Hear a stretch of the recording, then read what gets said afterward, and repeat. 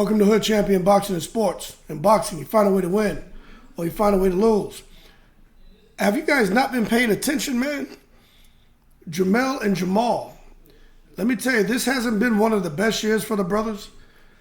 Jermell, hand injury, Jermall, personal issues. Matter of fact, last couple of years, Jermall's been out of the ring, just trying to work through some stuff in his personal life.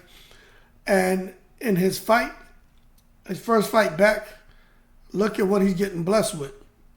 Not an easy task at all. He's getting blessed with the opportunity to fight Canelo Alvarez. Jermell Charlo's going to make very good money as well. Jermall Charlo's going to make very good money as well. But the uniqueness of it all, man, what seems to be coming full circle for the brothers, right, is that after everything Jermall's gone through, right, he comes back, and sometimes, you know, coming back from such a long layoff, what is it going to take to motivate somebody? And out of all the fights he could have received between 160 and 168, I'm going to tell y'all right now, I don't think there's anything that would have motivated Jermall Charlo outside of finding out, hey, got Canelo for you. Remember, just the other day, he was talking about trying to fight Bivol and going up to Bivol and asking him for a fight. But let me tell you something. Canelo, it doesn't matter if they said Benavidez. I don't think that would have motivated Jermall. Bivol, I don't think it would have really motivated Jermall. Morrell, anybody at 160, man. 168. Even at 175, I don't think it would have motivated him. Say Canelo, motivation. Let me tell you, when you get the opportunity to fight a guy like Canelo, whatever you have going on in your life, I'm not saying you forget about it, but that helps you to kind of compartmentalize those issues and kind of set them aside so you can get the work done. And I honestly think that's why Jermall Charlo got the first opportunity. I think it's a whole lot of Canelo, and I said this in another video, trying to make a cherry pick, catching an inactive Jermall Charlo, thinking that would be the easier fight out the box, but also for Al Heyman and the other matchmakers over there at PBC to say, you know what, we want to get Jermall back in the ring. We understand that WBC's working with him. He's been holding on to that title for a while, but we need something that's going to motivate him, not just the payday, but the opponent. And I think that's the reason why they gave him that fight. Now, I understand Jermall almost got the fight with Canelo a couple years ago, but Canelo decided to go with Bivol. But let me tell y'all something. If Jermall can pull this off, what an amazing feat that would be, and the history to have two identical twins, right, go on to become not just champion, because they've already accomplished that, undisputed twin champions. Man, let me tell you something. These two guys, I don't know who's their, what's their call when they have somebody, man, who's guiding your career and stuff. Who's their advisor, or their agent, their what's that called? Not promotional agent, sports rep, a sports agent. These two guys, in my opinion, should be gazillionaires. If Jermall can pull this off, these boys should be gazillionaires, in my opinion. Jermell Charlo now, he's got to go fight Tim Tszyu. I do think there's a little bit of concern there across the boxing community because, you know, Jermell with the hand injury, coming back to fight Tim Tszyu, who's had two fights. Tim Tszyu, who has the momentum going. You got to be real. Tim Tszyu has a lot of momentum going right now. And let me make this a little bit bigger because I want to, let me do this while we're talking, and we'll get back to this. But Tim Tszyu has the momentum going right now. And as long as he has the momentum going, it's going to be hard to beat a guy whose confidence is through the ceiling. So Jermell Charlo is the guy, in my opinion, who has more than enough left inside of him, even though he's coming off of a hand injury, to disrupt the plans of a guy like Tim Tszyu. Now, that being said, let's just understand how long guys like Jermell and Jermall have been around boxing. Now, Jermall Charlo and Jermell Charlo started boxing when they were young guys, man. Single digits. My understanding is the father has boxed as well. But this is something that everyone needs to understand. Jermall and Jermell are absolutely two different people, man. When you look at their photos, like me, I can tell them apart now, but initially I couldn't tell them apart. But you can tell them apart very easily now, just by their facial features, but also the attitude, the damn attitude. Very obviously which one you're dealing with based on the attitude.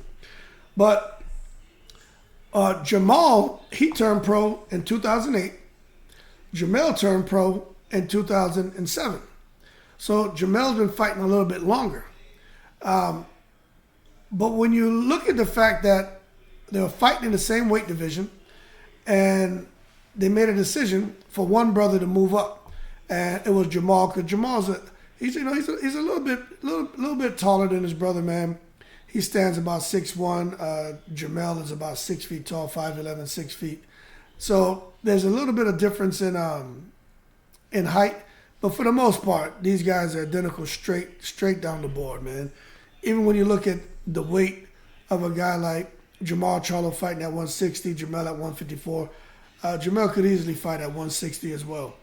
But what I'm telling you is, when you see the accomplishments of these brothers, and when you think about all the guys that they fought, we can go back to 2015 with Jermall Charlo. I remember when he fought Cornelius Bundridge. I always thought Cornelius Bundridge was a little chinny, but damn, got in there with Jermall in the third round. Jermall just tranquilized him, got him out of there. Then he goes up and fights a guy named Wilkie Campfort, got him out of there in 4 rounds. Austin Trout, we know Austin, no doubt Trout was fighting everybody. Masters, very skillful boxer, went the full 12 rounds, got a unanimous decision, fought Julian Williams. We saw what happened with that fight by the 5th round, tranquilized him. Then he fought a guy named Jorge Sebastian Highland, knocked him out. Hugo Centeno Jr., highlight reel knockout in the 2nd round. Korobov, unanimous decision, 12 rounds. I personally think Jermall lost that fight. I just got to be real. But he had his hands full with Korobov. Korobov wasn't playing around. Fought Brandon Adams, that won unanimous decision over 12. Dennis Hogan stopped him in 7. Derevinchenko, who's a problem for anybody, he almost had him out of there, but Derevinchenko held on for dear life. Unanimous decision over 12. Montiel, decision over 12. So when you look at the names on Jermall Charlo's resume, all names that we recognize, and all names of opponents who are still active right now and who are out here and still, being very competitive at the highest level. But when we start talking about guys like Jermell Charlo, remember, when Jermell Charlo first started fighting and he and Jermall were fighting on the same cards, Jermall was more of the knockout artist. Jermell was more of the guy, the twin who they said didn't have the knockout power. But Jermell made a move over there to the Lions Only Den, and they happened to work on his power, and we saw what he was able to do. Now he's become known for the most part as a knockout artist, because we see he's been able to sit down on his punches, turn his punches over, the right shots, the right time. He can fight inside, mid-range, outside. He can do everything, man, and that's why he's undisputed. You hear people who want to look at the Harrison fight and say, oh, he lost that fight. You know what? On paper, he lost the first fight. 95% of people don't believe he lost. Castaño, on that fight, it was a draw. Some people felt he lost that fight, but it was a close fight. It could have gone either way. And remember, you got to take the title from the champion. But then he comes back in those rematches, and he tranquilizes those guys. But long story short, when you think about Jermell Charlo, we can go back 10 years, starting in 2013.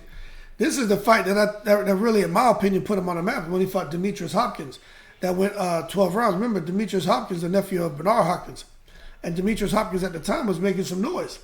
But after he went to, got a unanimous decision over 12 rounds, in 2013 again, he fought Jose Rodriguez, got the TKO in the 10th round. Fought Gabe Rosado. Some people forget about that. He won by unanimous decision over 10. A lot of people keep forgetting. Gabriel Rosato's been around for a while, and Gabriel Rosato's fought a little bit of everybody. Then he fought Charles Bellamy, unanimous decision. Mario Lozano, unanimous decision. Vanes Martirosyan, unanimous decision. Then things start to change a bit because he started to work on getting those knockouts. Hooked up, messed around and fought a guy named Joaquim Alcini. Got him out of there in 6 rounds. Fought somebody named John Jackson. Got him out there in 8 rounds. Fought somebody named Charles Hatley. I remember that fight. Hatley was talking trash. Got him out of there in 6 rounds. Fought Erickson Lubin. Knocked him out in the 1st round. Fought Austin Trout just like Jermall. Went to 12 rounds. Fought Tony Harrison. You know, we just talked about that. Took a loss. Fought Jorge Cota. Got him out of there in 3 rounds. Tony Harrison again. Got him out there in round 11. Jason Rosario got him out there in round 8 with a freakish body shot. Fought Castaño. Split decision. Fought Castaño again. Knocked him out in the 10th round. So you can see, once Jermell made that transition over there to the Lions Only Den and Derrick James, Jermell's been the go-to guy out of the brothers. You know when he gets in the ring, he's looking to knock you out. But that being said, what an opportunity Jermell has to retain his title, which I think he will against Tim Tszyu. But Tim Tszyu has a lot of momentum and a lot of confidence, and he's obviously got something special about his hands. But it's really, to me, the biggest challenge, in my opinion, is for Jermall Charlo to do the business once he gets in there with Canelo. And, man, let me tell you, he's going to have to beat Canelo down every single round, every second of every single round. The same way Bivol just totally trashed Canelo. Same way Devin Haney totally trashed Kambosos. That's exactly what's going to have to happen here in order for Jermall to get that win. Anyone out there saying, well, he's on PBC, they're going to rob him. Shit, Canelo's on PBC. And if they're going to rob anyone, why would they rob Canelo when Canelo's a cash cow? Boxing is a business. It's all about the money. If you listen to Barry Hearn, Eddie Hearn's dad, you know, he openly talks about it. It's all about the money at the end of the day. They don't care about those fighters. Let me tell you something. These fighters, man, they're just numbers to them. So if someone's going to get cheated, which I don't think is going to happen, but I can't see them deciding to jerk Canelo. I just don't see it. Now, and for those of you who are saying, nah, they would jerk Canelo, I have to say, hold your horses. Let's not take it to the stupid. Because when you look at Canelo, in my opinion, when he fought Triple G, in that first fight, Triple G beat him. In that second fight, Triple G beat him. That third fight, Canelo did beat Triple G. But he needed to wait for Triple G to get old in order for him to get a legitimate win over him. Now, that's just my opinion. Some will disagree. But I think Triple G lost that Canelo lost that first and second fight. Just my opinion. But again, gift decisions go to Canelo. You look at when Canelo fought Mayweather. A judge had to fight for Canelo. When Canelo fought Bivol, they almost gave the fight to Canelo. So let's just be real here. Excuse me, right? I have a cold, so I apologize for clearing my throat. So let's be real here. The secret society is real. But don't expect for the secret society to show up and be on the side of Jermall Charlo. To that, I got to say, in the most respectful way, and as a kind request, that you hold your horses and don't take it to the stupid. But I'm telling you right now, there are a lot of twins who've boxed, who become champions. There are a lot of brothers who've boxed and become champions. All that information is out there on the internet, but there have never been any brothers to go on and box and become undisputed champions. Twin brothers to become undisputed champions.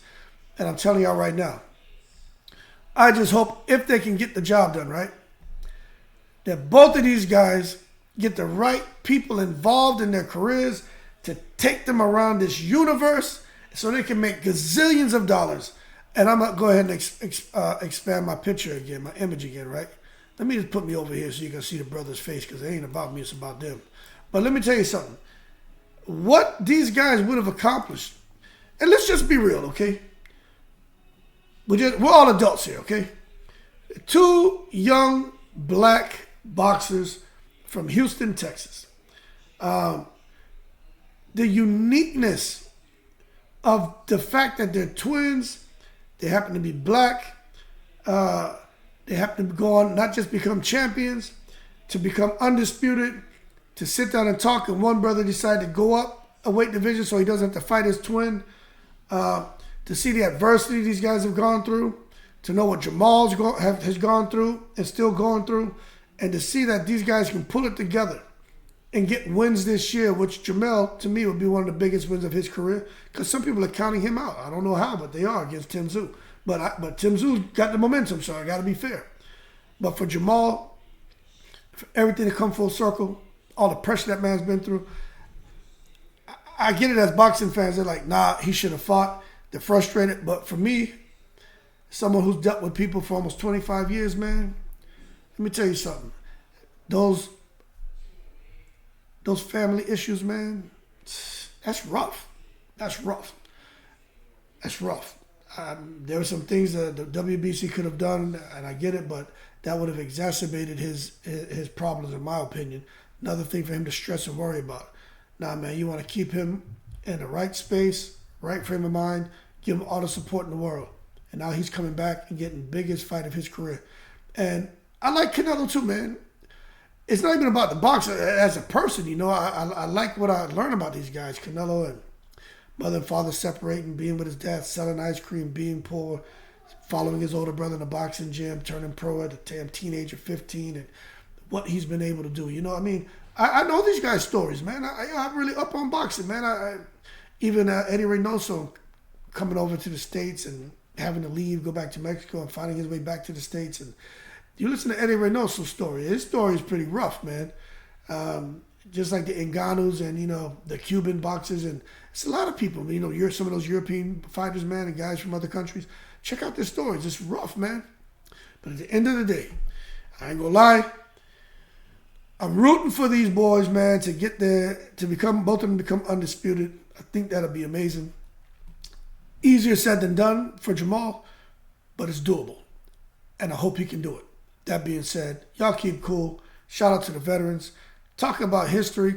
Talk about what will be talked about. Shit, man. Forever. Two young black male twin undisputed champions. 4-belt era. That's going to be talked about forever. They got to buckle down, stay focused, and get the job done. I don't care if they lose the next fight. The fact that they were able to check that box, that they were able to do it, that's all I need. And I'm not biased to them because they're black. If these guys were white, if they were Asian, it's all the human race anyway, right? We're all human beings. The race shit doesn't matter. We're just adults, and I'm speaking the obvious because this just isn't something you see. If they happen to be Asian, I'll be talking about two young Asian twin undisputed champions. If they happen to be, you know, all I see are human beings, but I'm going to talk race because that's what I'm saying. If they happen to be white, I'd be like two young white twin undisputed champions. You just haven't seen it. You know what I'm saying? You've seen guys become champions, but not undisputed. And if I'm wrong, someone please correct me in the comments. Absolutely amazing. But that being said, y'all keep cool. See if they can get the business done.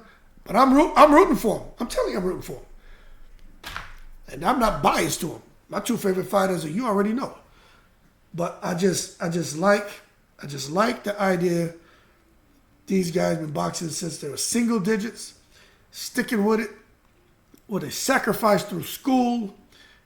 Everyone else is having fun, sacrifice through the holidays. As little kids, man, you know how hard it is to get a 7, 8, 9-year-old to cut out candy, to not do this, to not drink soda, to this, and just train year round, all the way up to where they are now. Man, come on now, it's bigger. It's bigger than you know. It's so much bigger than just, oh, they'll be undisputed. Man, peel the layers back and get down there and understand what was going on. These guys since young kids. How hard is it for adults to do that? Since little kids, man. Right? That being said, y'all keep cool. Shout out to the veterans, all 7 continents. Yeah, I'm rooting for these guys. I'm just telling you, I am. I just don't like the stuff I've been seeing out there, man. I don't like it. It bothers me that I understand that they can be hot heads and stuff, but man, I don't like that stuff I saw with Jermall and some of that stuff, the personal life stuff. That bothered me, man. Bothered my energy because I just know how it is when you have kids involved. That shit bothered my energy. I don't like it. For Jermell, I don't like that he was feeling what his brother was going through, and just seeing that. I don't like it. I don't like it. And I think they both need a big win, and I hope they get it this year. That being said, y'all keep cool. Shout out to the veterans, all 7 continents. You know what I'm in. The breeze.